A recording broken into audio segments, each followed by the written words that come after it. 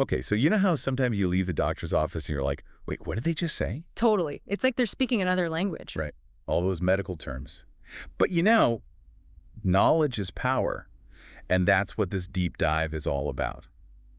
Today we're tackling the fascinating world of medical and dental terminology, specifically focusing on infections and conditions that affect, well, the mouth and the throat. It can be a bit overwhelming for sure. I mean, Yeah. think about it. We use our mouths and throats every single day to talk, to eat. To sing, to laugh. Exactly. So wouldn't it be great to have a better understanding of what can go wrong, in terms of infections and all that? And more importantly, how to talk about it. Absolutely. So let's jump right in. And we're going to start with, well, you might think this is a little weird. We're going to start with skin infections. Skin infections. You might be wondering, how does that relate to our mouths? Exactly. But trust me, it's all connected. Oh, it is. You see, some skin infections can actually spread to the mouth, especially in little kids. You know how they're always touching their faces? Always. Yeah. So let's take impetigo as an example. Impetigo. So impetigo is this contagious bacterial infection, and it comes in two main flavors. Non-bullous, the kind that looks like honey-colored crusts, almost like dried cornflakes stuck on the skin. Oh, yeah, I've seen pictures. Not pretty. Definitely not. And then there's bullous impetigo, where you get these bigger blisters filled with fluid, and both of these types, they can show up around the mouth, especially if the infection spreads from the nose or the face. So it's a good reminder to, well, wash your hands, keep things clean. Oh, absolutely. Good hygiene is key here. But sometimes you do need a little extra help. A trip to the doctor for some antibiotics. Makes sense. And what about erysipelas? Is that another one that can affect the mouth? Erysipelas, it can. It's another bacterial infection, but this one goes deeper than impetigo. And it often looks like a bright red swollen patch of skin. It almost looks like a bad sunburn. Ouch. Yeah. And you often see it on the face, but it can also show up on the legs or arms. And this one, you definitely want to treat it quickly with antibiotics. Yeah, because things can get a little bit scary if it spreads, right? They can. It can even lead to serious complications if it's not treated. Okay, so we've tackled those skin infections, but now let's move on to the throat. And I think we've all been there, right? Those dreaded throat infections. Oh, yeah, those are no fun. And the classic one, well, it has a couple of names. Strep throat, or streptococcal tonsillitis, or pharyngitis, all caused by the same bacteria, streptococcus. Okay, so tonsillitis, pharyngitis, what's the difference? Well, tonsillitis means your tonsils are inflamed. Those two lumps of tissue at the back of your throat, Right. that's your tonsils.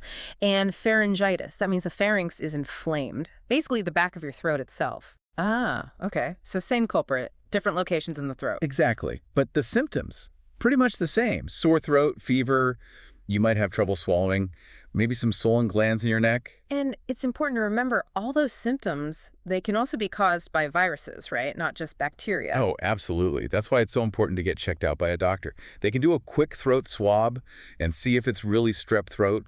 And if it is, then you get the right treatment. Which might not necessarily be antibiotics if it's a virus, right? Exactly.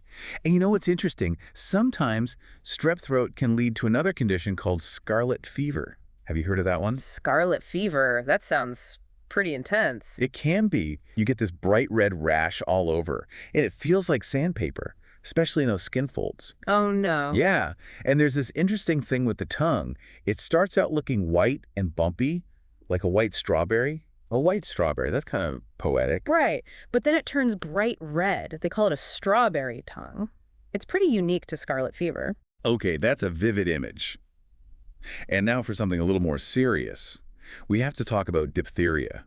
I know it's not as common now, thanks to vaccines, but it's still out there. Yeah, it's definitely not something to take lightly. Diphtheria can actually be life-threatening. It can create this thick gray coating in the back of the throat, and that can make it hard to breathe. So it's really important to, well, get vaccinated against diphtheria. Oh, absolutely. Vaccines are truly lifesavers when it comes to this one. Okay, let's shift gears a bit now and talk about those little mysteries that hide in our tonsils. Tonsillar concretions, or tonsilloliths.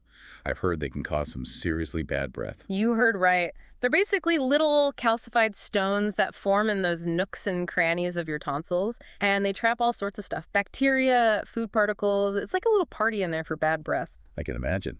And sometimes they can make you feel like something's stuck in your throat, right? Oh, yeah. And you know what's funny? Sometimes people cough them up and they're like, what is this? I bet. So what do you do about them? Just gargle with salt water? Gurgling can help, yeah. Sometimes they'll dislodge on their own, but if they're really bothering you, there are things doctors can do to remove them. Good to know. Uh, And now for something completely different. yeah. Syphilis. You might be thinking, wait, isn't that a sexually transmitted infection? It is, but here's the thing. It can also show up in the mouth, especially in the early stages. Really? Yeah. In the primary stage, you might see this painless sore. It's called a chancre, and it can appear in the mouth or, other places. And then in the secondary stage, you get these grayish white patches called mucus patches, Yeah. and those can pop up in the mouth too. So it's something to keep in mind. So it's not just a dental issue, and it's not just, well, it's a whole body thing. Exactly. Syphilis can affect multiple systems in the body. Okay, so we've covered a lot of ground today, Mm-hmm. from skin infections to throat infections, even syphilis. It's amazing how much there is to know about just the mouth and throat. Right. And what I think is so fascinating is how seemingly unrelated things, like a skin infection, can actually have an impact on your oral health. It just goes to show how interconnected everything is. It really does. And, knowing these terms, it's empowering. Absolutely. It's like having the key to unlock those medical conversations. You can understand what's going on, ask the right questions, and advocate for your own health. Exactly. So here's a little something to ponder. How might knowing these terms change the way you approach conversations with your doctor or dentist? Think about it and keep learning. Thanks for joining us on this deep dive. See you next time.